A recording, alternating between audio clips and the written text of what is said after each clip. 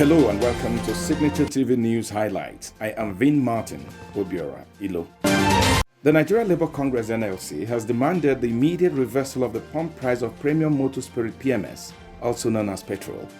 In a statement on Monday by the NLC President Ayuba Waba, the union took a swipe at the government and condemned the increase in the price of the product. It stated that the recent hike in petrol pump price has worsened the level of pain and anguish in the country. The union insisted that the nation would not have been in this present position if the government had been alive to its responsibilities.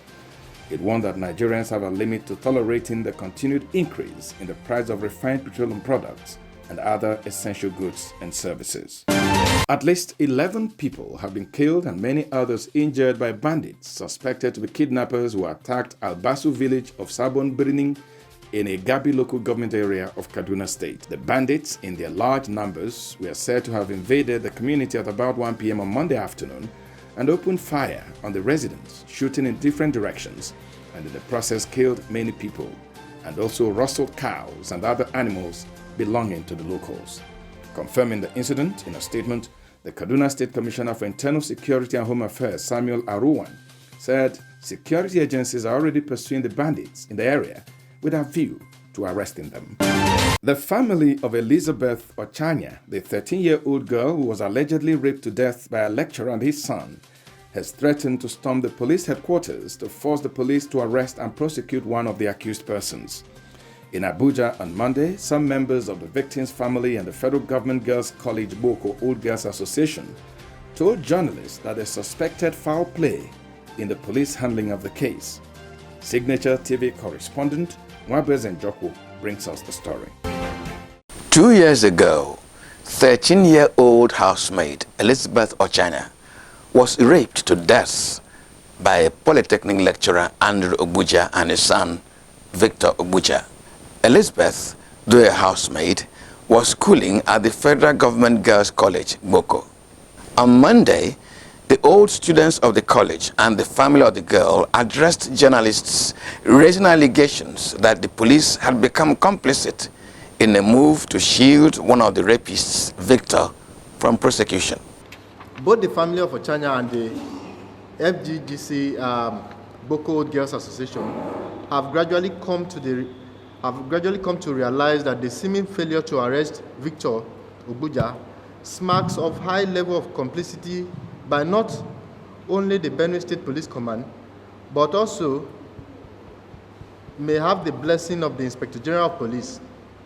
We are now of the view that it is simply and squarely a question of neglect, if not outright refusal by the police to arrest and bring Victor Obuja before justice over the rape and death of Ochanya. Since Ochanya's painful experience in the hands of the suspects and the subsequent tragic death 2 years ago, Victor Obuja has been on the run and has continued to evade arrest, not because he is skilled in doing so, but rather due to clear indifferent attitude of the police towards the matter. Ame Ejekwonyilo, elder brother of the rape victim Elizabeth Ochanya, who addressed journalists in Abuja, said that the Benue State Attorney General had given the police legal advice confirming the complicity of the young Victor Obuja in the serial raping of Elizabeth Ochanya. He also said that the young girl's senior brother wrote a petition to the Inspector General of Police, drawing his attention to death threats from the family and political associates of the rapist lecturer. They called on the Inspector General of Police to declare Victor Obuja wanted and cause him to be brought to justice. It is in the light of the foregoing that we hereby put the IGP on notice that in the event that he fails to declare Victor Obuja wanted for the egregious crimes that have been linked to him in the aforementioned legal advice, we as a family, the FGGC Boko Old Girls Association, and other civil society groups like Make a Difference Initiative and the Wanda Adu Foundation, with our partners, we will have no other choice but to storm the police force headquarters at Louis Edet House in Abuja to register our displeasure over the continued refusal to arrest and bring the fugitive to justice. The 2-week ultimatum is hereby served on the IGP from today, the day of this press conference, being Monday, November 16, 2020. Already, the lecturer, Andrew Ogbuja, is in prison custody, remanded by the court as he is being tried for the rape. His wife, Felicia, has similarly been arraigned by the National Agency for the Prohibition of Trafficking in Persons for her refusing to take any action, while her husband and son serially raped the young Ochanya, who died later from complications. Mwaboze Njoko for Signature 30 Minutes.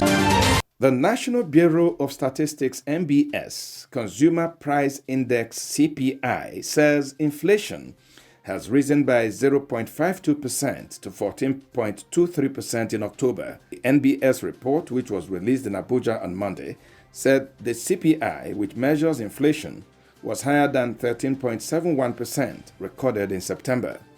The CPI measures the average change over time in prices of goods and services consumed by people for day-to-day living. There has been a steady rise in inflation rate from 11.24% since September 2019.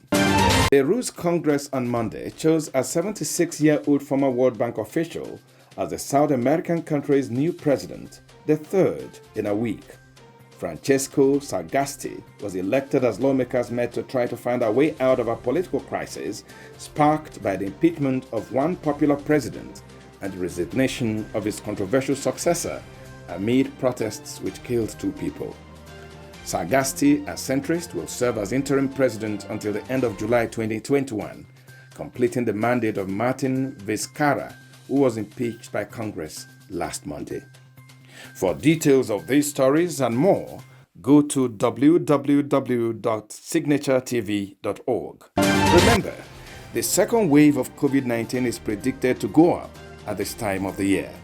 Please do well to stay safe, maintain physical and social distance, and wear your face masks whilst going about your daily activities. That's the Signature TV News Highlights. Join us in the evening for Signature TV 30 Minutes.